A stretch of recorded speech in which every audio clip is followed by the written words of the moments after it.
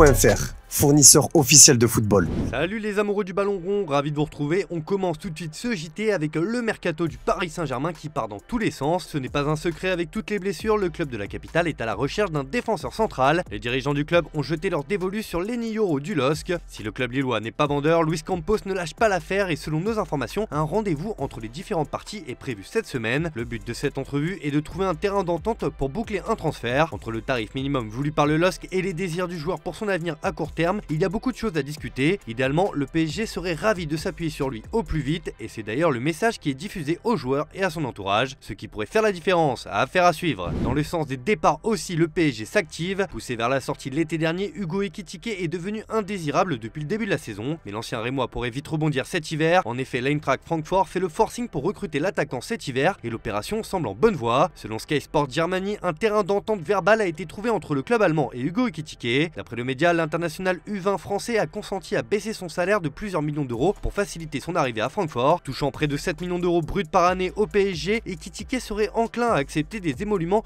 de 3 millions d'euros bruts par saison en Bundesliga. Les deux clubs doivent désormais se mettre d'accord sur les modalités de transfert. Peu utilisé depuis le début de la saison, Cherendorf pourrait déjà quitter la capitale française 6 mois après son arrivée. Devancé dans la hiérarchie, l'ancien du Benfica pourrait partir en prêt cet hiver pour retrouver du temps de jeu. Comme nous vous le révélions il y a quelques jours, plusieurs clubs italiens ont manifesté leur intérêt pour Cherendorf. Un autre vient de se positionner. D'après les informations de Gianluca Di Marzio, Cagliari a jeté son dévolu sur le milieu de terrain italien du PSG. Pour le moment, aucune offre n'a été établie, mais un départ est à l'étude. Cependant, Paris souhaite avoir des garanties, notamment sur le temps de jeu, avant de céder l'international U21 italien. En attaque aussi, un joueur arrivé l'été dernier est dans le flou. Gonzalo Ramos vit des moments compliqués dans la capitale française. Après avoir été touché par un virus qui lui a fait perdre 6 kilos, un problème de santé jugé sérieux par le staff médical du PSG, qui a échangé avec Benfica afin de mettre en place un protocole de soins. Très impliqué sur ce dossier, Luis Campos a pris les choses en main. Il s'est activé en coulisses afin que Gonzalo Ramos puisse être examiné et suivi par les meilleurs gastro-entérologues de Lisbonne selon le Parisien. Une fois soigné, le numéro 9 a pu se remettre au travail, lui qui a enfin retrouvé son poids de forme. Il ne lui reste qu'à retourner la situation pour convaincre Luis Enrique de lui donner plus de temps de jeu. L'avenir de Xavi Simons fait aussi parler ces derniers jours. Prêté jusqu'à la fin de la saison par le PSG au RB Leipzig,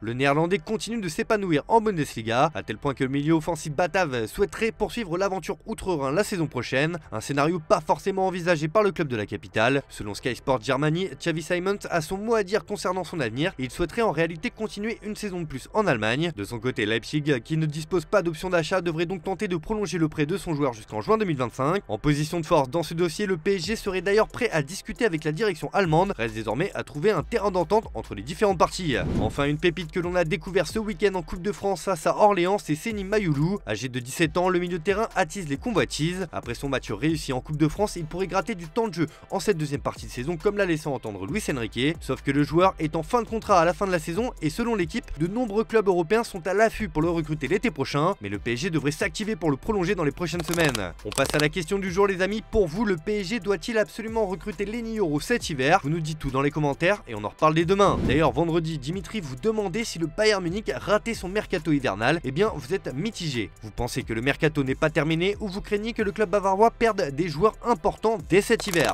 On passe à l'actu du jour les amis et c'est un coup de tonnerre que l'on a appris ce lundi. Alors que l'expérience en Arabie Saoudite semble tourner au vinaigre pour Karim Benzema à l'Etihad, Sky Sport et RMC Sport ont annoncé que l'Olympique Lyonnais tentait de rapatrier l'attaquant formé au club. Les dirigeants rhodaniens sont très intéressés à l'idée de récupérer l'attaquant de 36 ans, mais le dossier est évidemment très délicat au regard du salaire touché par le Français en Arabie Saoudite. De plus, l'OL n'avait pas particulièrement ciblé ce poste pour son mercato hivernal, cherchant encore un milieu de terrain, un ailier et un défenseur central. Mais sait-on jamais? Maxime Dupé pourrait faire son retour en Ligue 1, non conservé par Toulouse à l'issue de son contrat en juin dernier, alors qu'il gardait les cages du TFC depuis 3 saisons.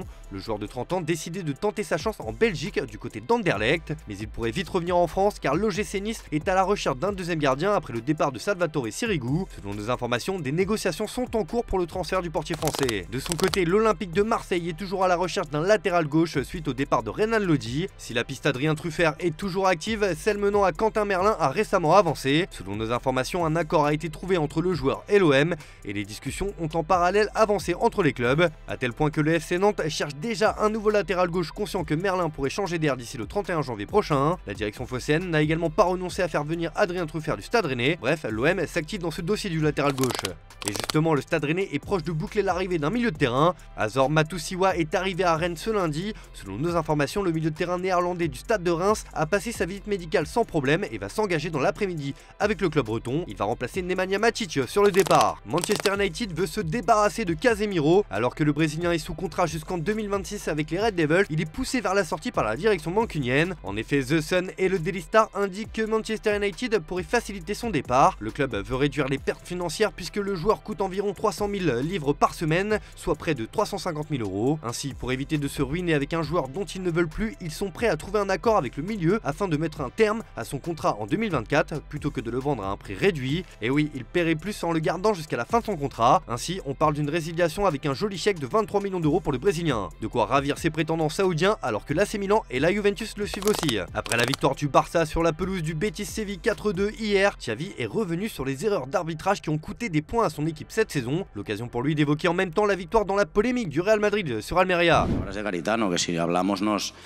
sancionan, pero lo ha visto todo el mundo. Yo ya dije, va a ser muy difícil ganar esta liga. Lo dije en Getafe, que habían cosas que no me cuadraban.